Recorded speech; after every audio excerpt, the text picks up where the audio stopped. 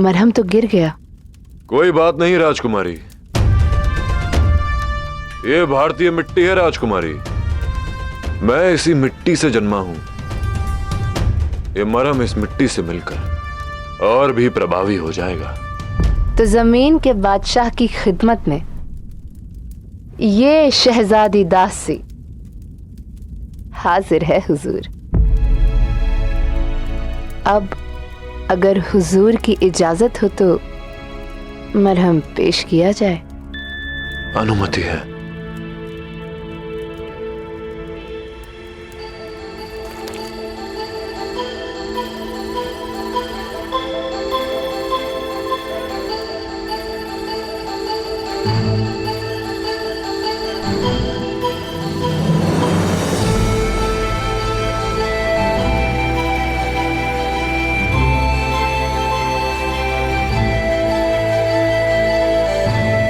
अब कैसा लग रहा है?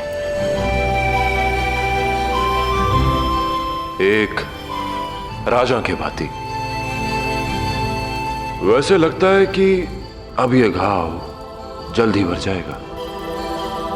फारस की राजकुमारी जो मरहम लगा रही है।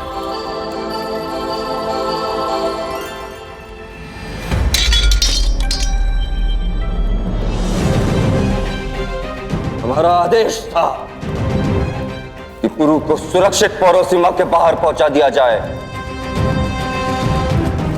फिर तुमने उस पर प्रहार क्यों किया? हमारे आदेश को भंग करने का प्रयास कैसे किया तुमने कनिष्क? प्रयास नहीं, प्रतिशोध था ये। आप अपने अपमान के लिए भले उसे क्षमा करते हैं, मुझ पर हाथ उठाने वाले को मैं कभी क्षमा नहीं कर सकता। भूल क्यों जाते हो कनिष्क? उसी ने तुम्हारे प्राण भी बचाए। हाँ, प्राण बचाए, लेकिन मैं अपना अपमान नहीं भूल सकता।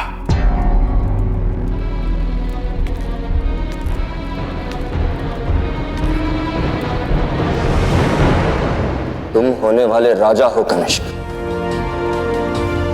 अपनी भावनाओं पर वश करना सीखो। इस आयु में क्रोध और कुंठा के कारण लिए गए निर्णय पूरी आयु भर खेद और आत्मग्लानि के अतिरिक्त कुछ नहीं देते।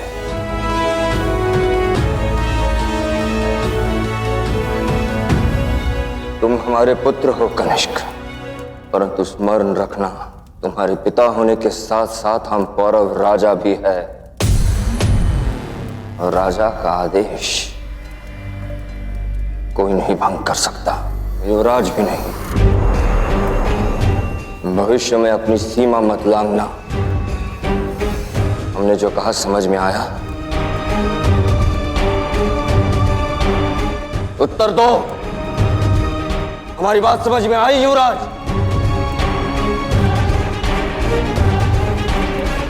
जी महाराज।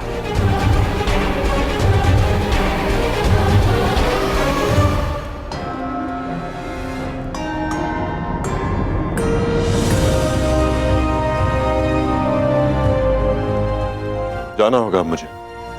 कहाँ जाओगे? कोई ठिकाना है? दसी हूं राजकुमारी, जहां भी जाऊंगा अपना ठिकाना ढूंढ ही लूंगा।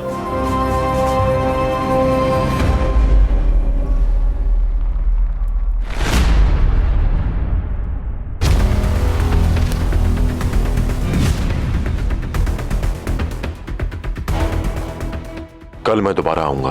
तब तक तुम उस महिला के बारे में पता लगा कर रखना। यह एक महिला के जीवन और मृत्यु का प्रश्न है।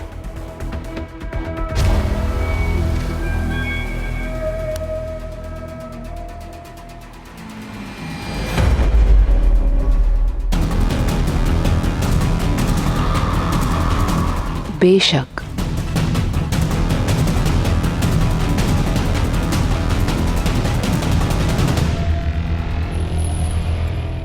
पर कौन मानेगा? आज जंग में फारसियों को घुटने टिकाने के बाद तुम एक फारसी से हाथ मिलाने जा रहे हो। अपना लक्ष्य पूरा करने के लिए पुरु किसी के भी घुटने टिकवा सकता है और किसी से भी हाथ भी मिला सकता है।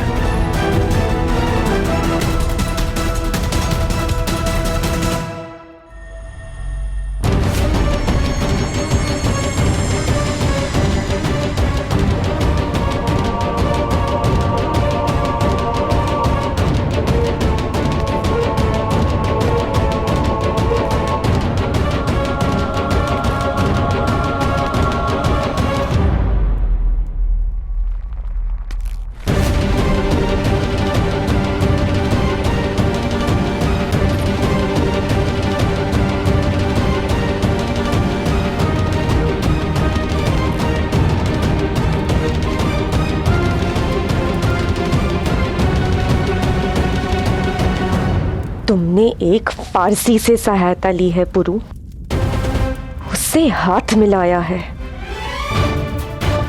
इसका मूल्य तुम्हें चुकाना होगा पुरु।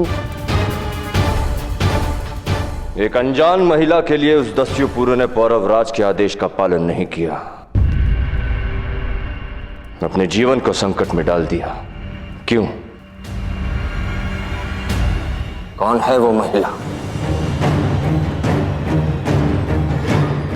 शिवदश्री कहां? वो तो सीमा निरीक्षण पर निकले, कुछ दिन पश्चात लौटेंगे। शिवदश्री को संदेश भेजो कनिष्क, हम उस महिला से मिलना चाहते हैं। इस रहस्य का अंत अब बस उस महिला से भेंट पर ही खुलेगा। ढूंढो उसे, हमें उससे मिलना है।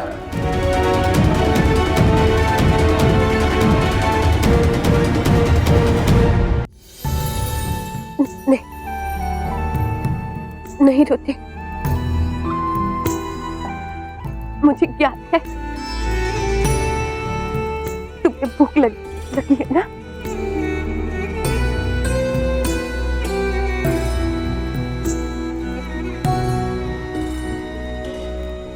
ये भोजन पारसियों ने दिया है, हम ये भोजन नहीं करेंगे।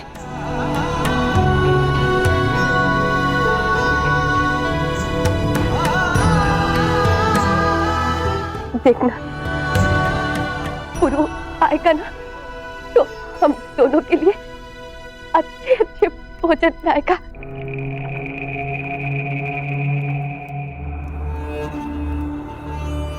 क्या हुआ हुजूर? आप क्यों अचानक से मुस्कुराने लगे? क्योंकि उसके आने की आहट हमें बता रही है कि उसने अपने काम को बखूबी अंजाम दिया है। क्यों? मेरा अंदाजा वाजिब है ना?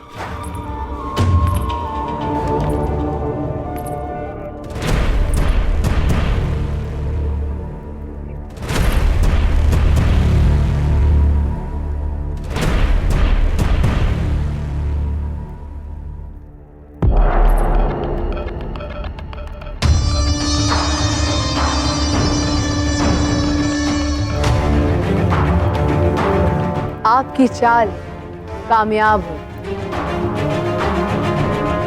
सब कुछ वैसा ही हुआ जैसा आपने सोचा था। उसे यकीन हो गया है कि अनुसुईया को ढूंढने में मैं उसकी मदद करूंगी। बहुत खूब बच्ची पारसी। अब तुम्हें पुरु के दिमाग में ये डालना है कि असली मुजरिम बमिनी है। बाप बेटे को एक दूसरे के खून का प्यासा बनाना है तुम्हें। पुरु नहीं जानता कि बमिनी और अनुसुईया से उसका क्या रिश्ता है। तुम्हें बाप बेटे में एक नया रिश्ता बनाना है, नफरत का। और ये काम आसान होगा इससे। ये क्या है? अनुसुईया का शाही गलाबंद।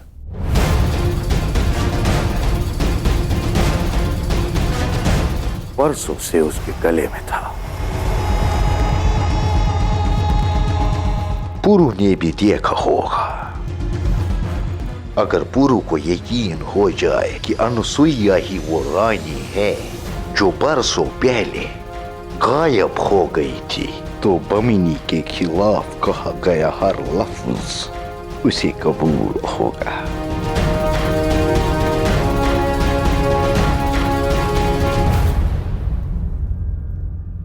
अनुसुईया के गले का हार बमिनी के गले का फंदा बनेगा।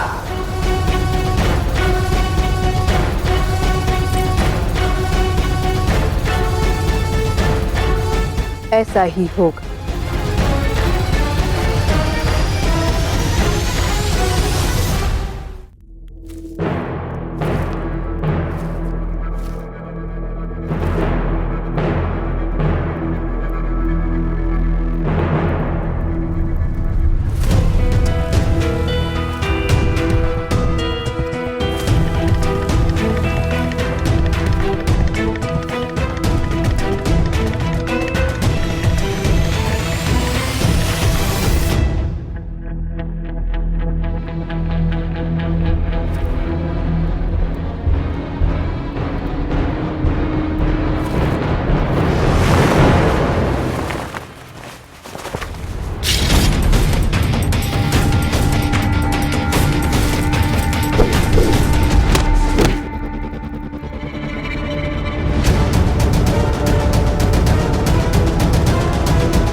लाची,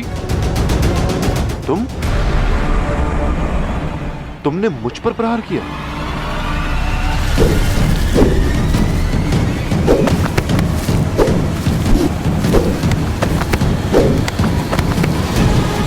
लाची, तुम्हें हो क्या गया है? कर क्या रही हो तुम?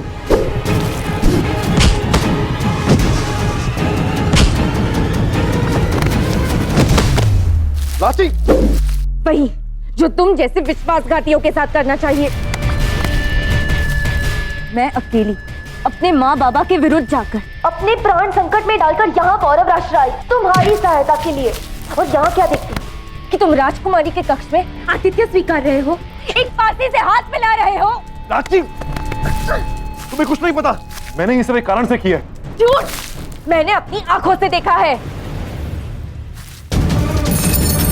लाची, उन फांसियों से शत्रुता का दिखावा झूठा, उस महिला को यहाँ छोड़कर आने का बहाना झूठा, और तो और अनजान महिला की रक्षा करने की प्रतिज्ञा, उसके प्रति तुम्हारा प्रेम स्नेह सब झूठा। हाँ, अनजान है वो लाची। परंतु तुम्हारे इस प्रश्न ने कितनी बड़ी ठेस पहुंचाई है मेरे मन को।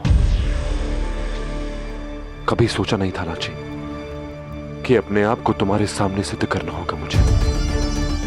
बस इतना विश्वास था अपने गुरु पर मैं तुम्हें स्पष्टीकरण दूंगा, अवश्य दूंगा।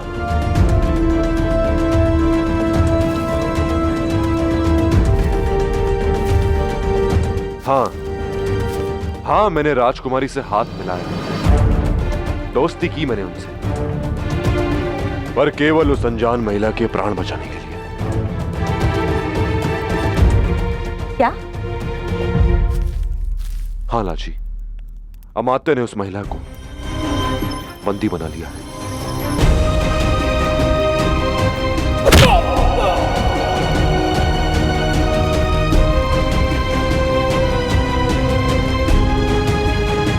क्या तुम अभी यह पता लगा सकती हो कि वो महिला कहां बंदी है?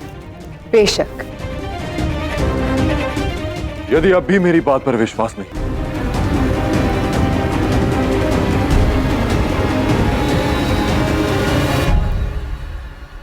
ये लो और वो काम करो जो तुम करने आई थी। मार डालो मुझे।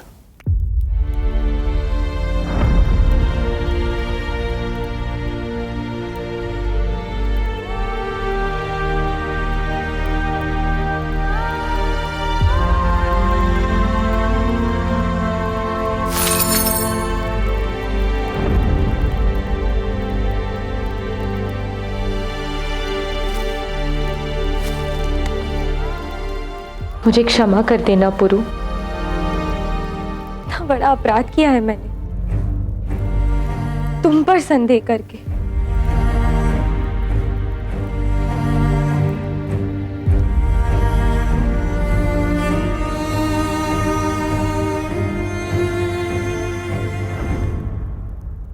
हम दोस्त हैं लाची, और दोस्ती में क्षमा नहीं मांगते। कितना बड़ा हृदय है तुम्हारा पुरु।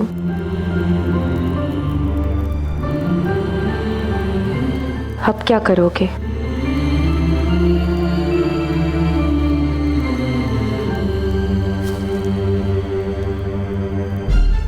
काम तो मैं कोई अधूरा नहीं छोड़ता लाची।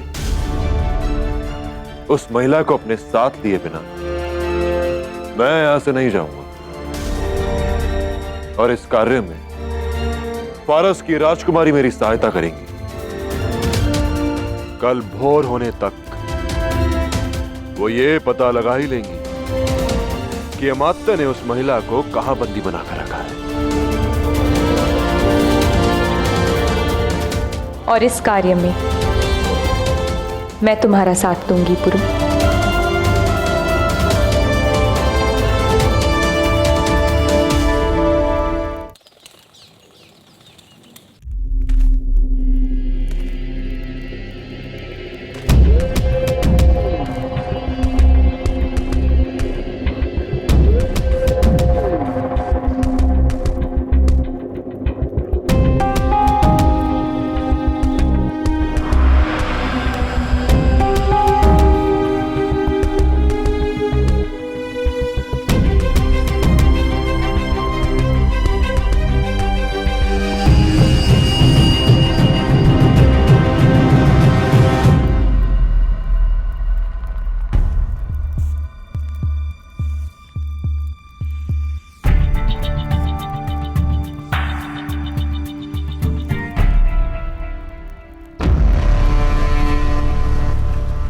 शाह का इकबाल बुलंद हो। शहजादी बारशीन आज पुरु को उसकी माँ अनुसुईया से मिलाने ले जा रही है।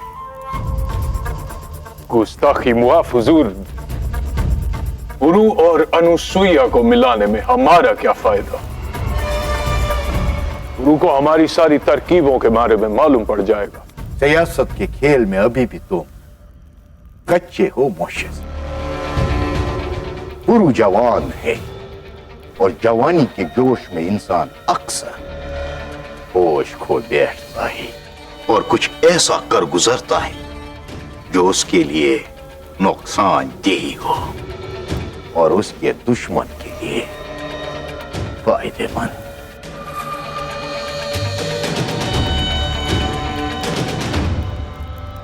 जो पुरु अनुसुईया को धक्का लगता देखकर अकेला पूरा मुल्क और फारस की फौज से लड़ बैठा, सोचो तब क्या होगा जब वो अनुसुईया की लाश देखेगा,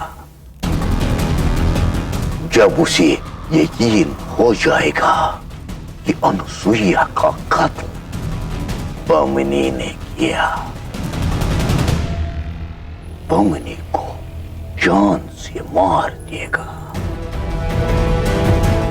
हमारे रास्ते का सबसे बड़ा कांटा उखाड़ कर खोद कर सूली पर टंग जाएगा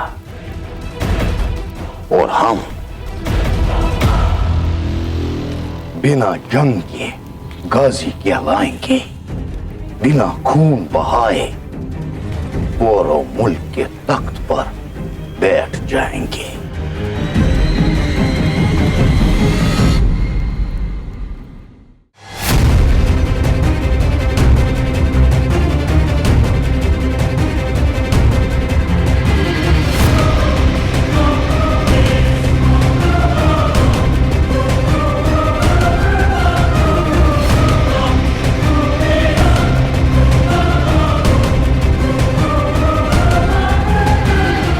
कहा था कि मैसेडोनिया का अगला शाह मैं बनूंगा।